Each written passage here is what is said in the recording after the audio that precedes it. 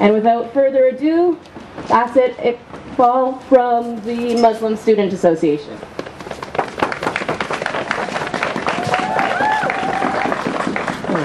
So what passes for democracy in this country, in terms of accountability, is that we vote once every 4 years. In elections where the only constants are posturing and sophistry. Secondly, citizenship is going to mean it's a measure of one's legal standing.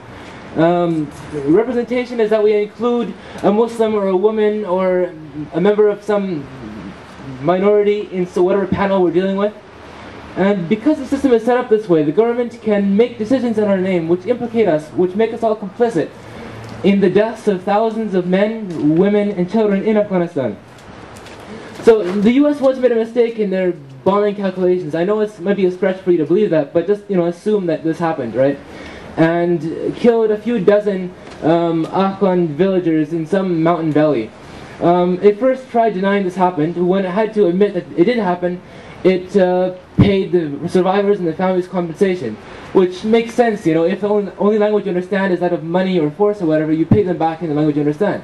But what the compensation was, though, was $200 per person killed. $200. So I could go out and work at Tim Hortons or at Walmart or whatever for half a week and buy an Afghan life for that price. And so I was thinking about this last night, and just trying to figure out what difference there is between that life and, for example, the Lockerbie bombings. The compensation there ended up being something like $2.7 billion, which comes to about $10 million per person. So the difference between that life, the Afghan life of $200, and the $10 million for the families of the Lockerbie victims. So just trying to figure out what that difference is.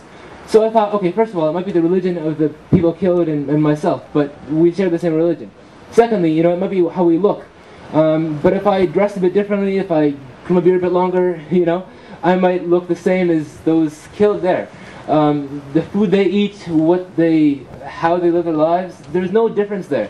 Because if there isn't any difference at all, then our government, by buying into Bush's war on terror, has made us all complicit, not only in their deaths, but also in the model which makes their lives worth $200 of American money. So I tried to understand that, and I couldn't. Just one last image. The word pomegranate and the word grenade come from the same etymological root. So in Afghanistan, the pomegranate orchards, they were used to be renowned for their healing properties in the folk medicine, in literature and so on. They were famous for their abundance and for their medicinal purposes. There was a report in The Guardian a couple of weeks ago about how the Western soldiers were clearing pomegranate orchards in Afghanistan so they could see the targets better, which is ironic because, using grenades instead of pomegranates.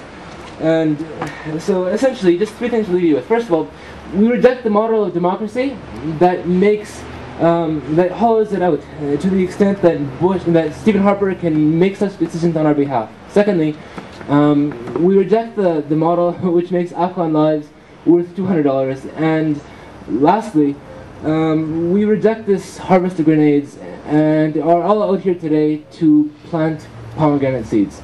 Thank you.